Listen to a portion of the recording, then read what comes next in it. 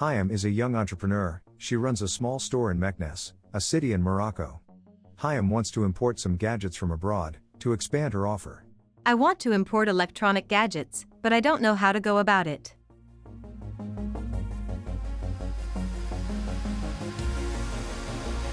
To be able to import, Hayam must be registered in the file of foreign trade operators with the Customs Administration. What must I do now?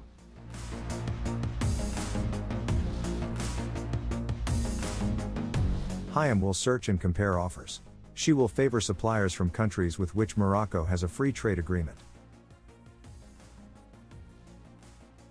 A certain Osman, manager of a Turkish company, Electro Istanbul, sent me a very interesting catalog. You must now contact Osman and negotiate several aspects of this transaction.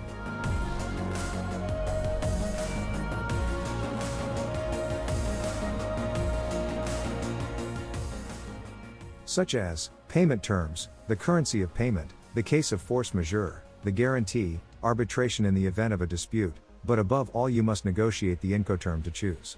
Ah yes, the Incoterms, you are right.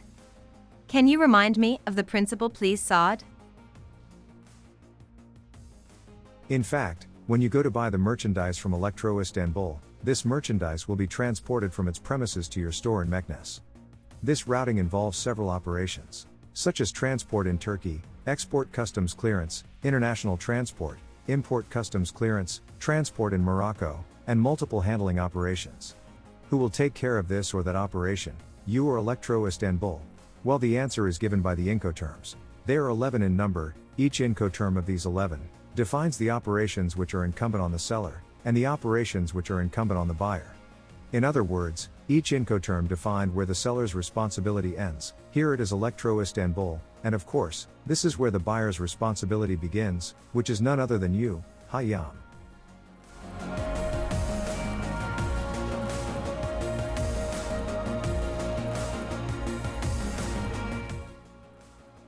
During negotiations, Osman first offered to use the X-Works Incoterm for a price of €25 per unit.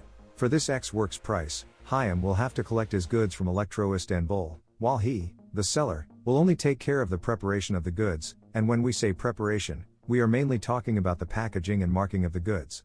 This Incoterm is not at all practical for Hayam, because it will assume the risks of handling and transport in Turkey, as well as customs formalities when the goods leave the Turkish borders. So Hayam refused the offer. Then Osman proposed an FCA price of €28 apiece. FCA means free carrier. For this Incoterm, it is he who will take care of sending the goods to the port of departure. And it is he who will carry out the export customs formalities. But this is still not at all practical for our Hayam, because she has to pick up the goods in the departure terminal, and carry out all the international transport operations, and of course at her own risk and peril. Again Hayam refused because it lacks experience in international logistics.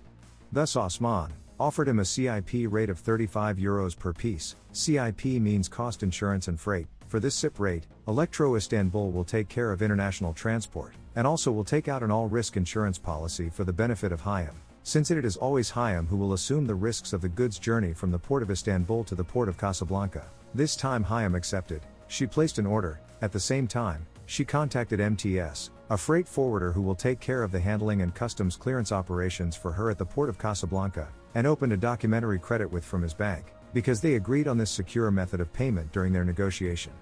In the next episode, we will see how Osman will prepare the order.